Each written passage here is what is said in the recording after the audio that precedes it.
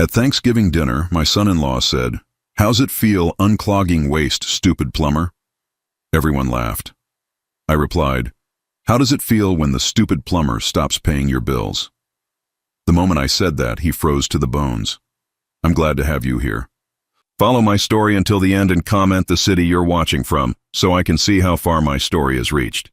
I've been fixing pipes for 43 years, and I thought I'd heard every insult in the book. But nothing prepared me for what my son-in-law Frank would say to me at my own daughter's Thanksgiving table. The dining room was warm, filled with the smell of turkey and Sarah's famous stuffing. She'd set the table with her grandmother's china, the good stuff we only brought out for holidays. My grandson Tommy, barely 8 years old, was chattering about his school play while my granddaughter Lisa picked at her green beans. It should have been perfect. Frank sat at the head of the table like he owned the place, carving the turkey with theatrical precision. He'd been doing that for the past 3 years, ever since Sarah married him. Always had to be the center of attention, always had to show everyone he was in charge. "So, Robert," Frank said, not looking up from the turkey, "still crawling around under people's houses, fixing their toilets?" The way he said it made my stomach clench. There was something in his tone, something mean that I'd never heard before. Sarah shot him a look, but she didn't say anything. "I'm retired now, Frank. You know that." I kept my voice steady, even though something cold was spreading in my chest. "Oh, right. I forgot." Frank finally looked at me, and his smile didn't reach his eyes. "Must be nice having all that time to yourself. No more getting your hands dirty with other people's waste." Tommy giggled, not understanding the cruelty behind the words. Lisa looked confused, glancing between her stepfather and me. "Frank," Sarah said quietly, but her voice carried a warning. He ignored her. "I mean, I've always wondered what it's like. You know, spending your whole life cleaning up other people's messes. Literally." He paused, that fake smile spreading wider. "Tell me, Robert, what's it feel like to unclog human waste, you stupid plumber?" The table went dead silent for maybe 3 seconds. Then Frank started laughing. Not a genuine laugh, but something harsh and ugly. And God help me, Sarah laughed too. A nervous, uncomfortable sound, but she laughed. Even Lisa giggled, probably thinking she was supposed to. I felt my face burn with shame. My hands started trembling, and I had to put down my fork before I dropped it. 43 years of honest work, of providing for my family, of building something with my hands, and this is what it got me. A punchline at my own daughter's table. But the anger that followed was different from anything I'd felt before. It was cold and sharp, cutting through the shame like a blade. I looked at Frank, really looked at him. His pressed shirt, his manicured nails, his smug expression. This man who hadn't worked a day in 3 years. This man who lived in my daughter's house, drove my daughter's car, ate food bought with my daughter's money, except it wasn't her money, was it? "You want to know what it feels like, Frank?" I asked, my voice so quiet the room had to strain to hear me. His laughter died. Something in my tone must have warned him. "It feels like honest work. It feels like providing for your family without having to depend on anyone else." I stood up slowly, my napkin falling to the floor. "But you wouldn't know about that, would you?" Sarah's face went pale. "Dad, please don't. What's it feel like to have the stupid plumber pay all your bills for the past 3 years, Frank?" The words hit the table like a physical blow. Frank's fork clattered against his plate. His face went from smug to confused to horrified in the space of a heartbeat. "What?" Sarah whispered. Frank's mouth opened and closed like a fish gasping for air. The color drained from his face so fast I thought he might faint right there in his chair. "Every month," I continued, my voice getting stronger. "Your mortgage, your car payment, your credit cards, your utilities, even Tommy's soccer fees and Lisa's dance classes." I looked directly at Sarah, seeing the shock and confusion in her eyes. "All of it. For 3 years." "That's not," Frank started, but his voice cracked. "The automatic transfers from my account to yours, Frank. The ones you told Sarah were from your new job, the job you lost 3 years ago and never told her about." Sarah's hand flew to her mouth. She looked at Frank, then at me, then back at Frank. "Is this true?" Frank's jaw worked silently. Sweat beaded on his forehead despite the cool November air coming through the windows. He looked like a man watching his whole world collapse. "Frank?" Sarah's voice was barely audible. "Is it true?" The silence stretched until even Tommy stopped fidgeting. Frank stared at his plate, his hands clenched so tight his knuckles were white. "I was going to tell you." he finally whispered. When? The word came out of Sarah like a sob. When were you going to tell me that my father has been supporting us for 3 years? When were you going to tell me that you've been lying to me about having a job? Frank looked up then, and I saw something desperate and ugly in his eyes. It wasn't supposed to be permanent. I was going to find something. I was going to pay him back. With what money? I asked. The question hung in the air like smoke. Frank's face crumpled. Not with remorse, but with the rage of a man who'd been caught. You had no right to tell her. We had an agreement. We had an agreement that you'd find work and start contributing. That was 2.5 years ago. Sarah pushed back from the table so hard her chair scraped against the hardwood floor. I need some air. She rushed toward the back door, and I heard it slam shut behind her. Tommy and Lisa sat frozen, not understanding what was happening, but knowing it was bad. Frank finally looked at me, and what I saw in his face made my blood run cold. Not shame, not gratitude for all the help I'd given him, just pure, undiluted hatred. You just destroyed my marriage, he said, his voice low and venomous. No, Frank, I replied, sitting back down and picking up my napkin. You did that the day you decided to lie to my daughter instead of being the man she deserved. Outside, I could hear Sarah crying. The sound cut through me worse than any insult Frank could have thrown. But for the first time in 3 years, I felt something I'd almost forgotten. I felt like I had some power back. The question was, what was I going to do with it? 3 hours after Thanksgiving dinner fell apart, I sat in my empty house staring at my phone. 27 missed calls from Sarah, 14 text messages, each one more desperate than the last. Dad, please answer. We need to talk. Frank says there's more to this story. Why didn't you tell me? Why would you keep this from me? I'm coming over. Don't you dare leave. I turned the phone face down and walked to my kitchen. The leftovers Sarah had packed for me sat untouched on the counter.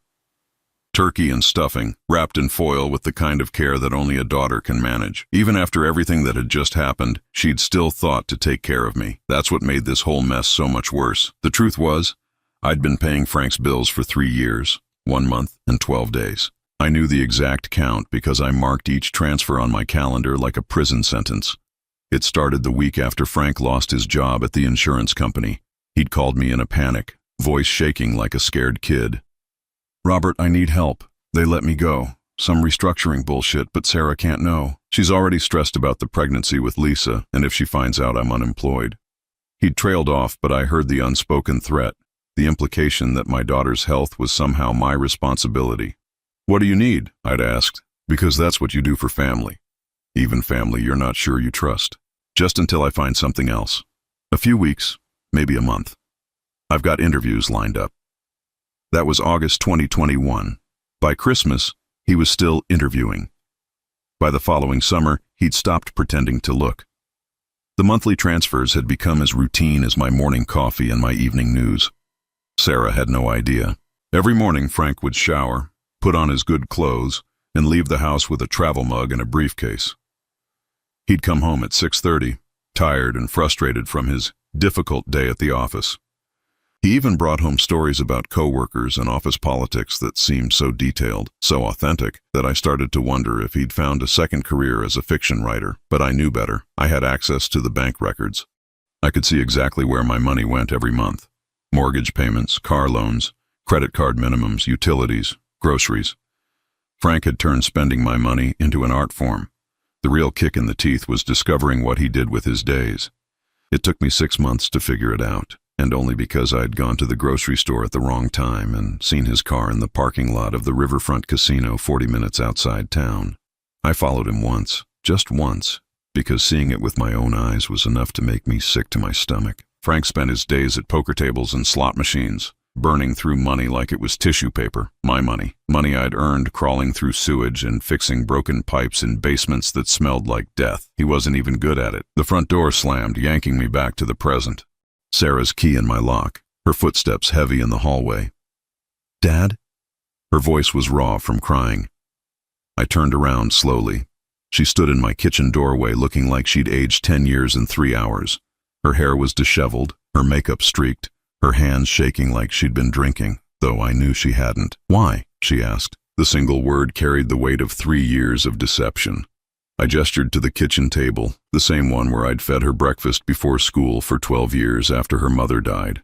She sat down heavily, like her legs wouldn't hold her anymore. "Frank came to me the week after he lost his job," I said. "He was scared you'd leave him if you found out he couldn't provide for the family. So you decided to lie to me too?" Her voice cracked on the last word. "I decided to protect your marriage." Sarah stared at me like I'd spoken a foreign language. "Protect my marriage by letting my husband lie to me for 3 years? By letting me believe we were financially stable when we were completely dependent on your charity?" The word charity hit me like a slap. It wasn't charity, Sarah. It was family. Family doesn't lie to each other. She wiped her nose with the back of her hand, and for a moment she looked like the little girl who used to help me fix leaky faucets, handing me tools and asking endless questions about how things worked. "Frank was supposed to find another job. He promised me it was temporary." "When was the last time Frank actually looked for work, Dad? And don't lie to me anymore. I can't handle any more lies." I closed my eyes, feeling every one of my 65 years. Honestly, I'm not sure he's looked for anything in over a year. Jesus Christ. Sarah buried her face in her hands. "Where does he go every day?" This was the part I'd been dreading, the part that would destroy whatever was left of her faith in the man she'd married. "The casino, down by the river." Her head snapped up. "What?" "He gambles, Sarah. That's where he spends his days, where he's been spending his days for months." The color drained from her face so fast I thought she might be sick. "You're telling me that my husband has been lying to me about having a job, taking money from my father, and spending his days gambling? I'm sorry." "You're sorry?"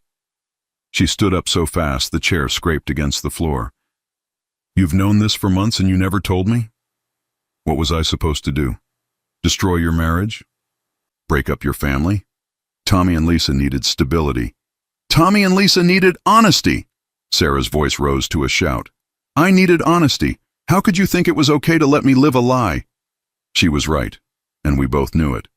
I'd made choices that seemed right at the time, but now, sitting in my kitchen watching my daughter fall apart, I could see how wrong I'd been. "I thought he'd change," I said quietly. "I thought if I gave him time, he'd figure it out." "Time?" Sarah laughed, but there was no humor in it. "You gave him 3 years of time. 3 years to lie to me, to take your money, to gamble it away while I worked my ass off thinking I was contributing to our family's future." She paced across my kitchen, her hands clenched into fists. "Do you know how many times I've felt guilty for working late? How many times I've beaten myself up for missing Tommy's games or Lisa's recitals because I thought I needed to advance my career to help support our family?" Each word was a knife in my chest. I'd thought I was protecting her. Instead, I'd been enabling the man who was destroying her. "Sarah, I'm sorry. I was trying to do the right thing. The right thing would have been to tell me the truth 3 years ago. The right thing would have been to let me make my own decisions about my marriage instead of propping up Frank's lies with your money." She stopped pacing and looked at me with an expression I'd never seen before. Not anger, not disappointment, something colder and more final. "How much?" she asked. "What? How much money have you given him, total?" I didn't want to answer, but she deserved to know. "A little over $97,000. Sarah sat down hard, like someone had cut her strings. $97,000. Sarah, that's more than I make in 2 years. Her voice was barely a whisper. "You've given my husband nearly $100,000, and I had no idea." We sat in silence for a long moment. Outside, I could hear my neighbor's dog barking, the distant sound of traffic on the main road. Normal sounds from a normal world that suddenly felt very far away. "Where is he now?" I asked. "At home, waiting for me to come back so he can explain how this is all somehow your fault." Sarah looked up at me, and I saw something break behind her eyes. "He's already started, Dad. He's already trying to make me believe that you manipulated him, that you forced this arrangement on him to make him look bad." My hands clenched into fists on the table. "And you believe him?" "I don't know what to believe anymore." She stood up, moving toward the door. "I don't know if I can trust anyone anymore." As she reached for the handle, she turned back to me one last time. "Tomorrow I want to see everything. Bank statements, transfer records, all of it. I need to know exactly how much of my life has been built on lies." The door closed behind her with a soft click, leaving me alone with the weight of 3 years' worth of secrets. But somehow, I had the feeling the worst was yet to come. Frank showed up at my door at 7:30 in the morning before I'd even finished my first cup of coffee. He looked like he hadn't slept, his hair disheveled and his clothes wrinkled, but what struck me most was the desperation in his eyes. This wasn't the smug man who'd humiliated me at dinner yesterday. This was someone who knew his world was crumbling. "We need to talk," he said without preamble. I stepped aside to let him in, but I didn't offer him coffee. Some bridges, once burned, don't get rebuilt with small courtesies. "Sarah's at work," he continued, following me into the kitchen. "She barely spoke to me this morning. She slept in the guest room." "Can't imagine why," I said, settling back into my chair with my coffee. Frank flinched. "Look, Robert, I know you're angry. I know what I said yesterday was wrong. But you can't destroy my marriage over this." "I'm not destroying anything, Frank. I'm just done keeping your secrets." He sat down across from me without being invited, leaning forward with his hands clasped. "You don't understand. If Sarah finds out everything, she'll leave me. She'll take the kids. Maybe she should." The words hung in the air between us. Frank's face went pale, then flushed red. "You can't mean that. Tommy and Lisa need a father figure. They need an honest father figure. Someone who doesn't spend his days lying to their mother and gambling away their future." Frank's mouth fell open. How did I know about the casino?" "I followed you, Frank. Months ago. Watched you lose $300 in 2 hours at a poker table." I took a slow sip of my coffee, watching his face crumble. "My $300. It's not what you think." "Really? Then tell me what it is." Frank ran his hands through his hair, leaving it even more disheveled. "It started as research. I was thinking about getting into the gambling industry, maybe working for one of the casinos. I needed to understand the business." The lie was so pathetic, it was almost insulting. "For 2 years, Frank? I had a system. I was making money at first. Good money. I thought if I could build up enough capital, I could start my own consulting business. And then?" His shoulders sagged. "And then I hit a bad streak. But it's temporary, Robert. These things cycle. If I can just get ahead again." "Stop." I held up my hand, feeling sick to my stomach. "Just stop. You're a gambling addict, Frank, and you've been using my money to feed your addiction while lying to my daughter about having a job." "I'm not an addict. I'm just going through a rough patch." "Every addict says that." I stood up, needing to put some distance between us. "How much have you lost, Frank? Not what I've given you for bills. How much have you actually gambled away?" Frank's silence was answer enough. "Jesus Christ, how much?" "It's not that simple. I've won some too." "How much, Frank?" "Maybe 30,000. But like I said, I've won some back." $30,000. My voice came out as a whisper. $30,000 of my money that was supposed to go to your family." Frank stood up suddenly, his chair scraping against the floor. "You act like you're some kind of saint, but you're not. You knew what was happening and you let it continue. That makes you complicit." The accusation hit me like a physical blow. "Complicit? You could have stopped the transfers any time. You could have told Sarah the truth any time. But you didn't, because you liked having control. You liked being the hero, the provider. You liked having us depend on you." And I stared at him, seeing a man I'd never really known despite 3 years of supporting him. "You really believe that, don't you?" "I know it. You've always resented Sarah's independence. You've always wanted her to need you more. This whole situation gave you exactly what you wanted." The accusation was so twisted, so completely wrong, that for a moment I couldn't even respond. When I finally found my voice, it was dangerously quiet. "Get out of my house." "Robert, wait. I didn't mean—" "Get out. Now." Frank backed toward the door, but his desperation made him bold. "If you tell Sarah about the gambling, I'll tell her that you knew. I'll tell her that you enabled my addiction because it made you feel important." "Go ahead," I said, following him to the door. "Tell her whatever you want. At least it'll be one more lie she can add to the list. You're making a mistake. We can work this out. We can come up with a payment plan. The only mistake I made was trusting you. I opened the front door, and covering for you for 3 years instead of letting my daughter see who she really married." Frank paused on my porch, turning back one last time. "She'll never forgive you for lying to her. Even if she leaves me, she'll never trust you again either." He walked away, and I closed the door behind him. But his words echoed in my head long after his car disappeared down the street. An hour later, my phone rang. "Sarah."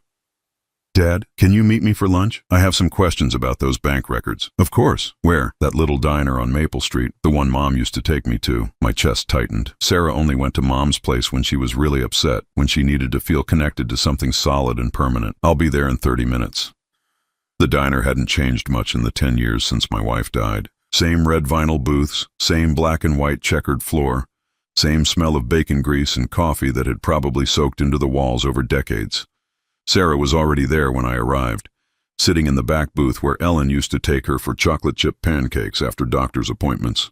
She looked terrible. Dark circles under her eyes, her hair pulled back in a messy ponytail, her usual careful makeup replaced by the kind of exhaustion that goes bone deep. "I've been going through our bank statements," she said without preamble as I slid into the booth across from her.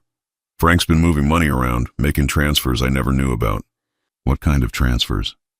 "Cash advances from our credit cards, withdrawals from our savings account.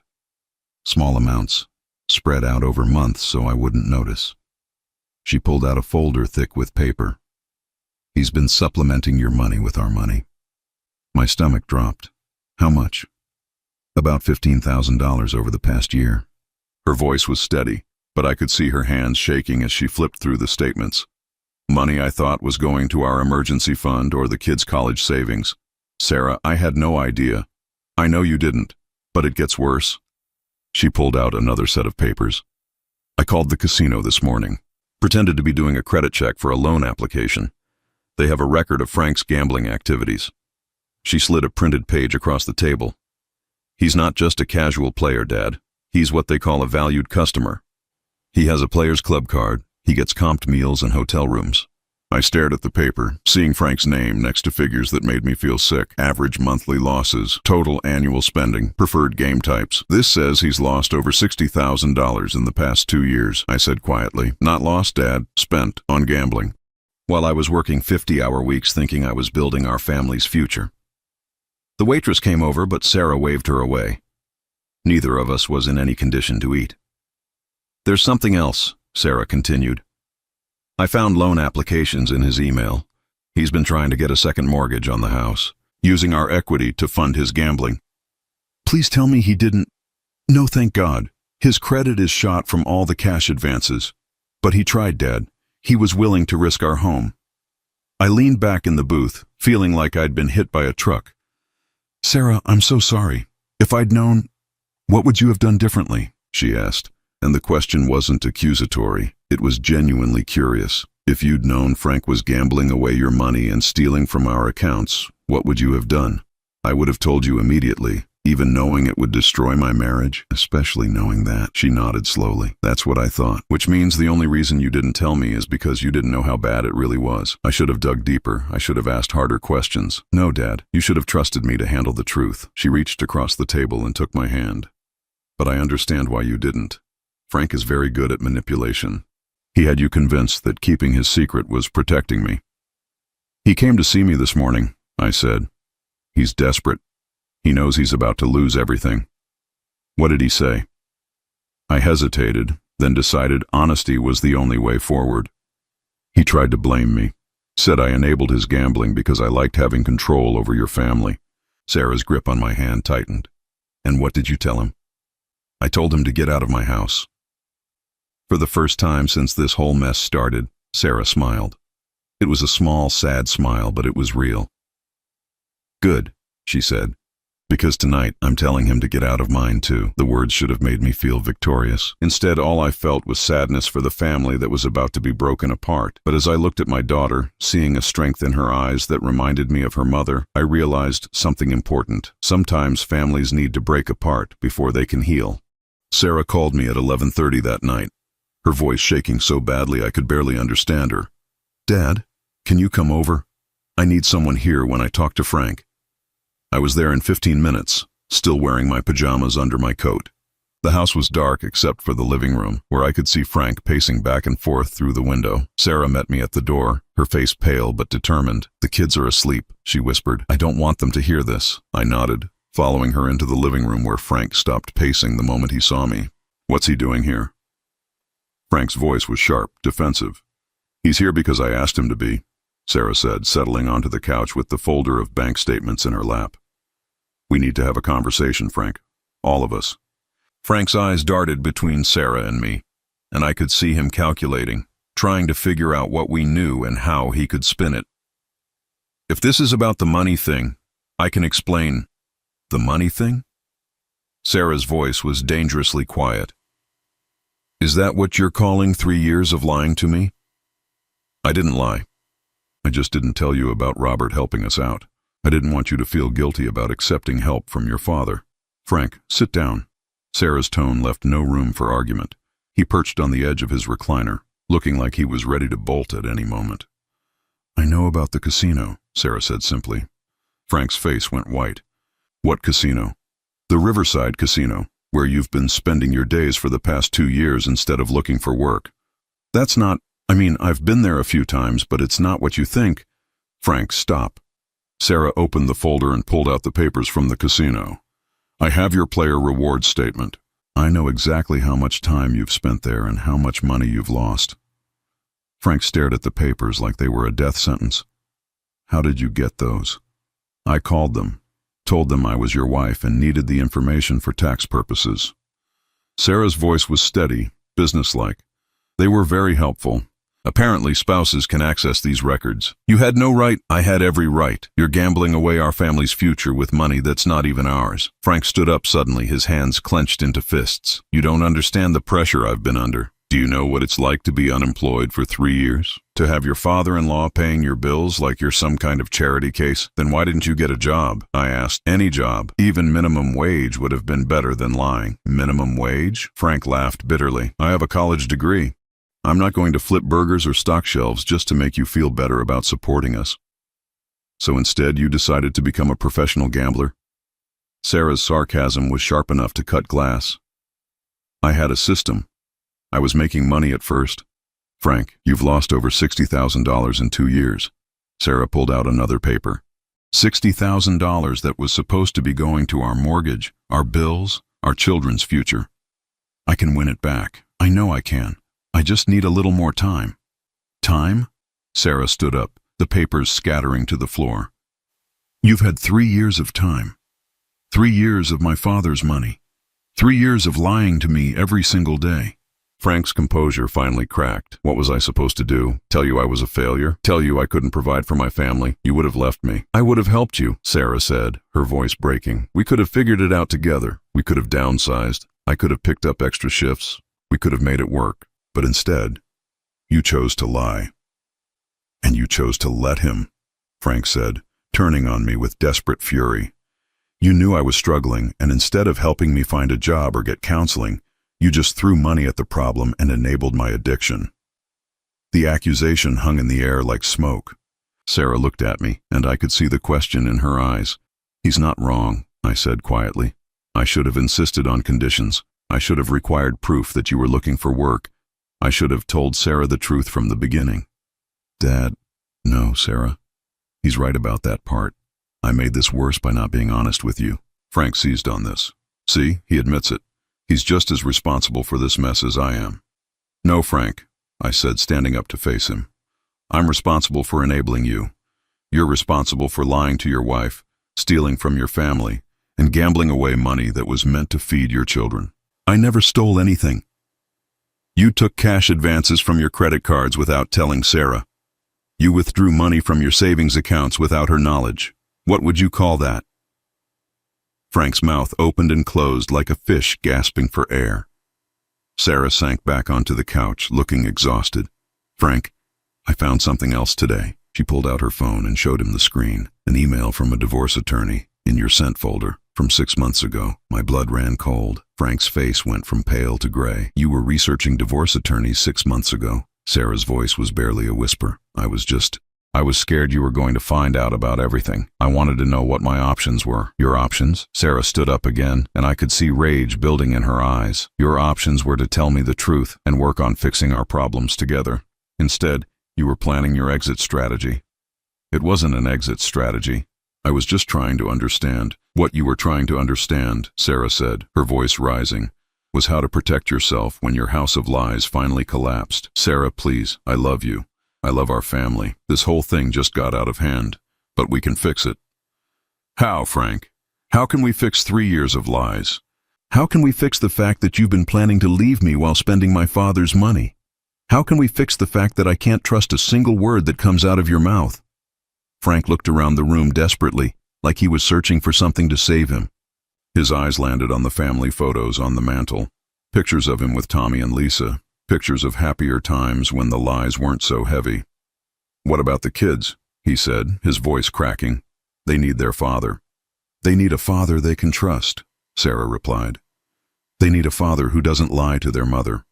They need a father who puts their well-being above his own selfish desires. I can change. I can get help. There are programs for people with gambling problems." "There are," Sarah agreed, "and you should absolutely get help. But you're not going to do it while living in this house and lying to our children." Frank sank back into his chair, and for the first time since I'd known him, he looked genuinely defeated. "You're kicking me out. I'm asking you to leave. Tonight. You can stay at a hotel or with friends, but you can't stay here. Not anymore." "And if I refuse?" Sarah's jaw tightened. "Then I'll call the police and have you removed for financial abuse." "Because that's what this is, Frank. You've been abusing our family financially for 3 years." The room fell silent except for the sound of Frank's ragged breathing. I watched him struggle with the reality that his lies had finally caught up with him. "I need to pack some things," he said finally. "I already packed a bag for you. It's by the front door." Frank's eyes widened. "You already packed my things? I've known this conversation was coming since yesterday. I just needed time to gather all the evidence and figure out how to tell the kids." "What are you going to tell them?" "The truth. That their stepfather has been lying to our family and needs to get help before he can be part of our lives again." Frank stood up slowly, like an old man with aching joints. "This isn't over, Sarah. I'm still their father. I still have rights." "You're their stepfather," Sarah corrected. "And yes, you have rights. But those rights don't include the right to lie to them or steal from them." Frank looked at me one last time, and what I saw in his face was pure hatred. "This is all your fault. If you'd minded your own business—" "If I'd minded my own business, you'd still be lying to my daughter and gambling away money meant for my grandchildren." I stepped closer to him. "Frank, get help. Real help. Not for Sarah, not for the kids, but for yourself. Because right now, you're a man with nothing left to lose, and that's a dangerous place to be." Frank grabbed his coat from the hook by the door and picked up the suitcase Sarah had left there. As he opened the door, he turned back one last time. "I'll be back," he said. "This family needs me." "No, Frank," Sarah said quietly. "This family needs honesty. And until you can provide that, you're not welcome here." The door closed behind him with a soft click, and Sarah and I were left standing in the sudden silence of her living room. "How do you feel?" I asked. Sarah was quiet for a long moment, staring at the closed door. "Scared," she finally admitted. "Relieved, angry, empty." She looked at me with tears in her eyes. "But for the first time in 3 years, I feel like I can breathe." I pulled my daughter into a hug, and she collapsed against me like the weight of the world had finally been lifted from her shoulders. Outside, Frank's car started up and pulled out of the driveway. But somehow, I knew this wasn't the end of our problems with him. It was just the beginning of a different kind of fight. 2 weeks after Frank left, Sarah called me at 6 in the morning, her voice tight with exhaustion. "Dad, he's back. He's sitting in his car outside the house, and he's been there since midnight." I threw on my clothes and drove over immediately. Frank's sedan was parked across the street from Sarah's house, positioned so he could see the front door and driveway. When he saw my truck pull up, he got out of his car and walked toward me. He looked terrible. His clothes were wrinkled like he'd slept in them, his hair greasy and unkempt. But what worried me most was the manic gleam in his eyes, the way his hands shook as he lit cigarette after cigarette. "You need to leave, Frank," I said before he could speak. "I need to see my kids. Sarah won't answer my calls, won't respond to my texts. She's keeping my children from me." "They're not your children. You're their stepfather. And Sarah has every right to protect them from this chaos." Frank's face twisted with anger. "I raised those kids for 3 years. I read them bedtime stories, helped with homework, coached Tommy's little league team. You can't just erase that. No one's trying to erase anything. But you can't show up at 6 in the morning and sit outside their house like some kind of stalker." "I'm not stalking anyone. I'm trying to save my family." "Your family told you to leave, Frank. That should tell you something." Frank flicked his cigarette into the street and immediately lit another one. You did this. You poisoned her against me. I told her the truth. You poisoned her against yourself. The truth? Frank laughed bitterly. The truth is that you never liked me. From the day Sarah introduced us, you've been looking for ways to get rid of me. The truth is that I gave you $97,000 over 3 years and you gambled it away while lying to my daughter. I can pay it back. I've got a plan. Frank, stop. Just stop. I stepped closer to him, lowering my voice. Look at yourself. When's the last time you showered? When's the last time you ate a real meal? You're falling apart. I'm fine. You're not fine. You're sitting outside your ex-wife's house at 6 in the morning, chain smoking and talking about plans that don't exist. You need help. Frank's facade cracked for just a moment, and I saw the desperation underneath. I can't lose them, Robert. They're all I have. Then get help. Real help. Check yourself into a program. Get counseling. Show Sarah that you're serious about changing. I don't need a program. I just need her to give me another chance. That's when I realized Frank hadn't learned anything from the past 2 weeks. He still believed this was something he could talk his way out of, manipulate his way back into. Sarah's front door opened and she stepped onto the porch in her bathrobe. Frank, you need to leave. Now. Sarah, please, just give me 5 minutes. Let me explain. You've had 3 years to explain. I'm done listening to your explanations. Frank took a step toward the house and I moved to block him. Frank, don't. She's my wife. No, Sarah called from the porch. I'm not. I filed for divorce yesterday. Frank stopped dead in his tracks. You what? I filed for divorce. You'll be served with papers later today. The color drained from Frank's face. You can't do this. We can work this out. We can go to counseling. The time for counseling was 3 years ago when you first lost your job, or 2 years ago when you started gambling, or a year ago when you started stealing from our savings account. We're past counseling, Frank. What about the kids? What about Tommy and Lisa? What about them? Sarah's voice was getting louder, and I could see neighbors starting to peek through their curtains. You want to know what I told them? I told them that sometimes adults make mistakes so big that families have to change. I can fix this. No, you can't.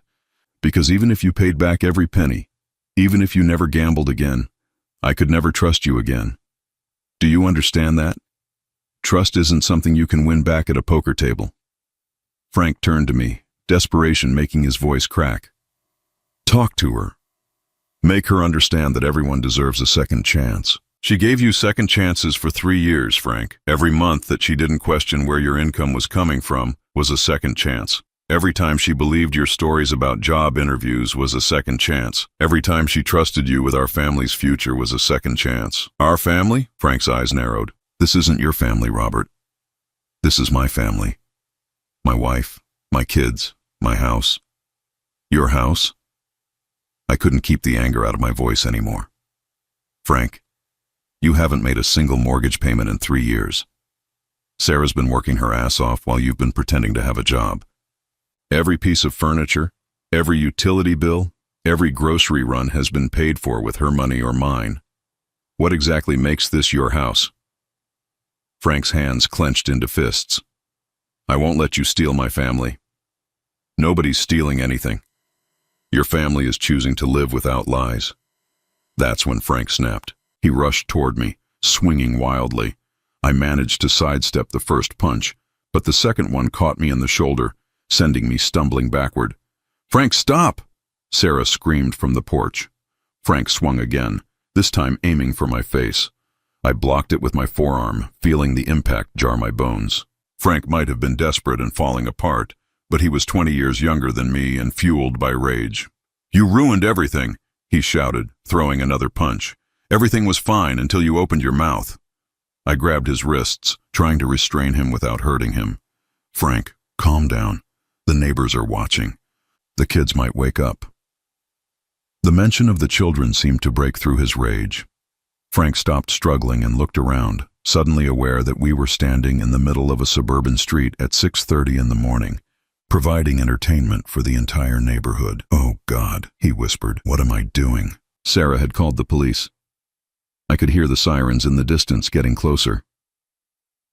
Frank, you need to get in your car and leave, I said quietly. Right now, before the police get here. I can't leave. I have nowhere to go. That's not my problem anymore. You made your choices. The police car turned onto Sarah's street, its lights flashing, but the siren now silent. Frank looked at it with the expression of a man watching his own execution. "This is really happening," he said, more to himself than to me.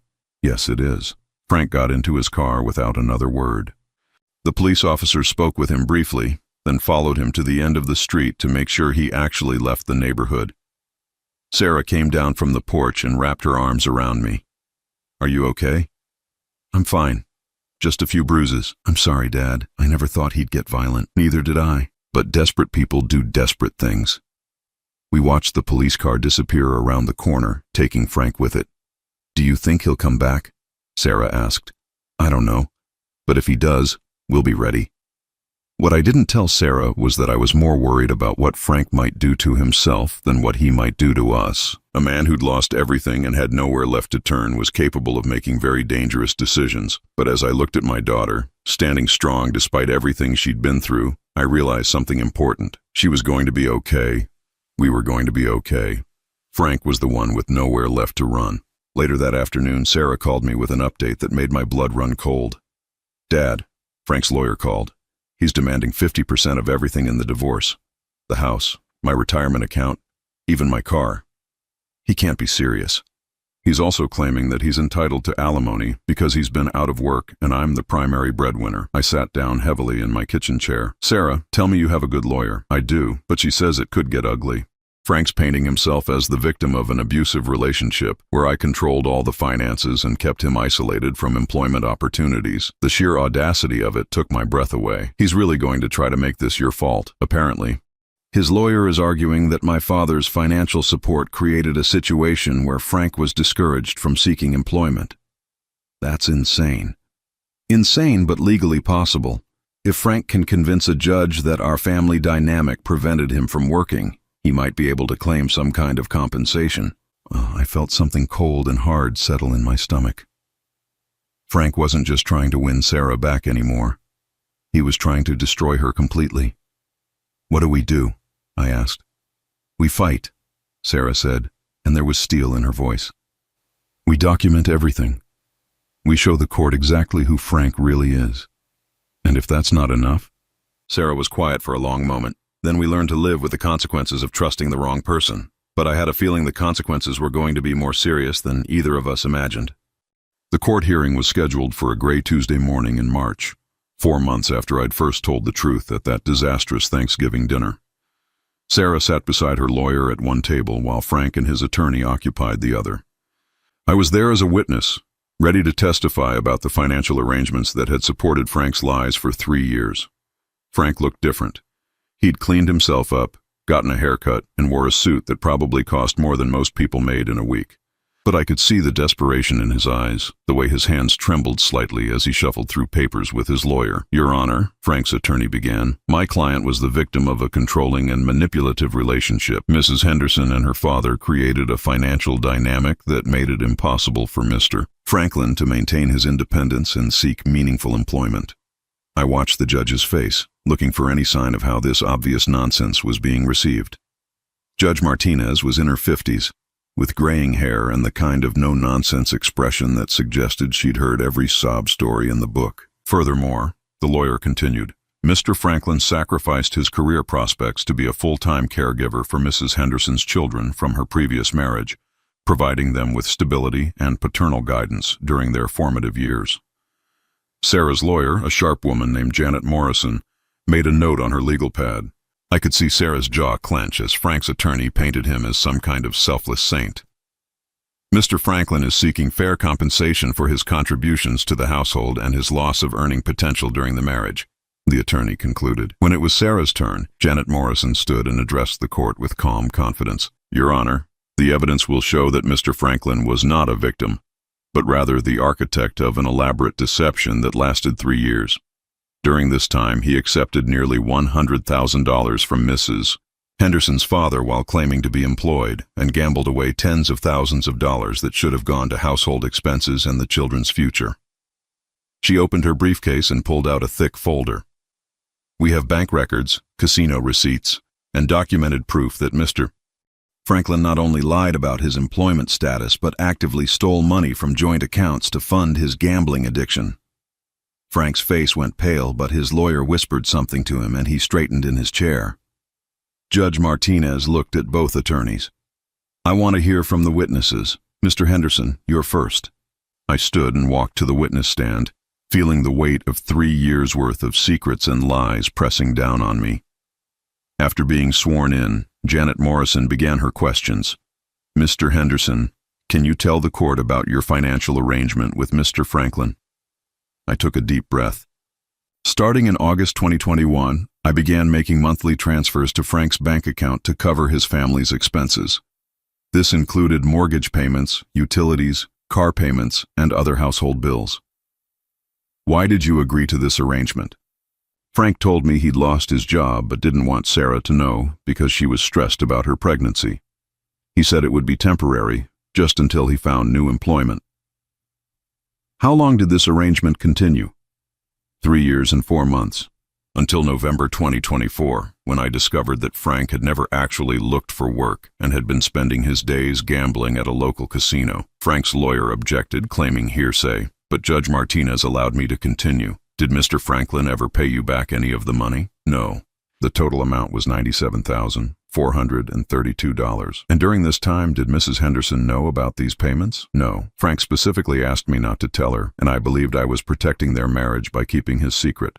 Janet Morrison presented the bank records, the casino statements, and the evidence of Frank's unauthorized withdrawals from joint accounts. With each piece of documentation, Frank seemed to shrink further into his chair. When Frank took the stand to testify on his own behalf, his entire story fell apart under cross-examination.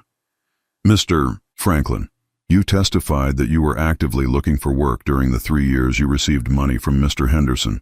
Can you provide any documentation of job applications or interviews?" Frank fumbled through his papers.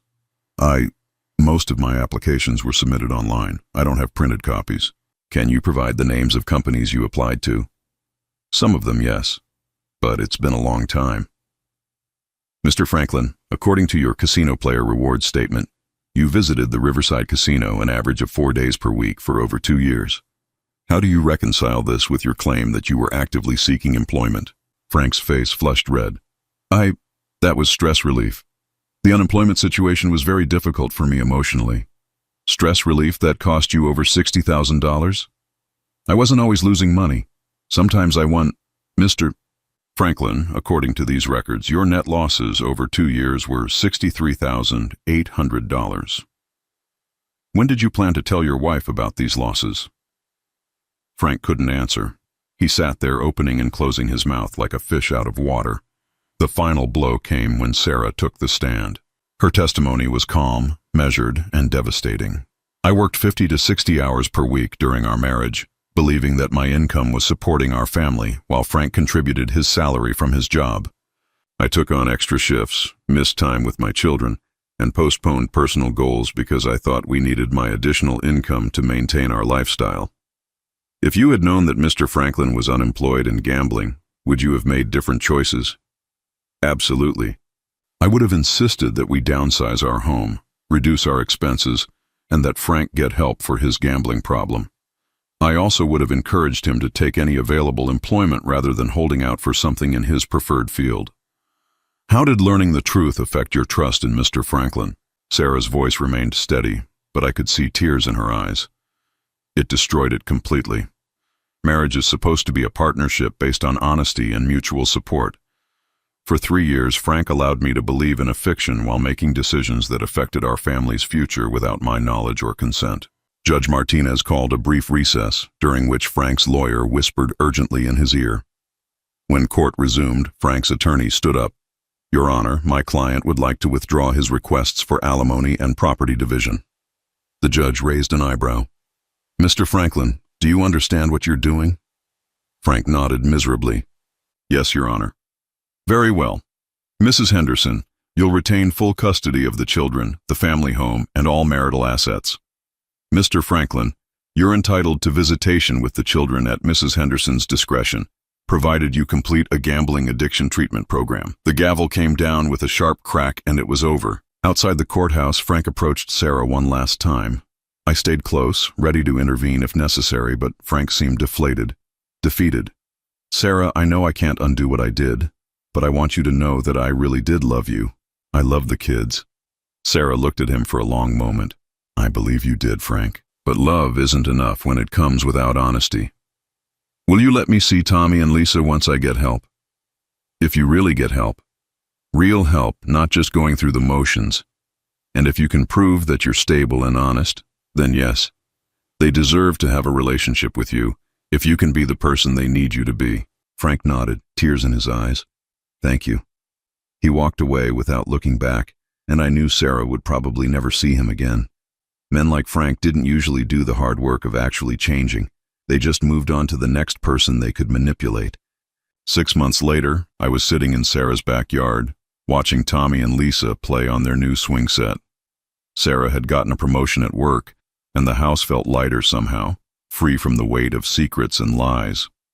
"Do you ever regret telling the truth?" Sarah asked, settling into the chair beside me with a glass of iced tea. "Never," I said without hesitation. "Do you regret that I did?" "No, but I regret that it took so long. I should have seen the signs." Frank was very good at manipulation, Sarah. He fooled me for 3 years too. We sat in comfortable silence watching the kids play.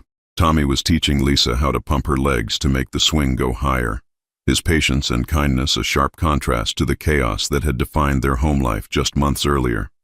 "They're doing better," Sarah observed. "So are you. So are we all." She reached over and squeezed my hand. "Thank you for not giving up on our family even when I couldn't see what was really happening." "Family looks out for each other," I said, "even when it's hard, especially when it's hard." As the sun set behind us, painting the sky in shades of orange and pink, I realized something important. Frank had been wrong about one thing at that Thanksgiving dinner. Being a plumber wasn't about cleaning up other people's waste. It was about fixing things that were broken. And sometimes the most important repairs happened not in basements and crawl spaces, but in the hidden places where families keep their secrets. I'd spent 43 years fixing pipes and unclogging drains, but the most important thing I'd ever fixed was the foundation of trust between me and my daughter, and that was worth more than any amount of money Frank could have gambled away. Now I'm curious about you who listened to my story. What would you do if you were in my place? Have you ever been through something similar? Comment below, and meanwhile I'm leaving on the final screen 2 other stories that are channel favorites, and they will definitely surprise you. Thank you for watching until here.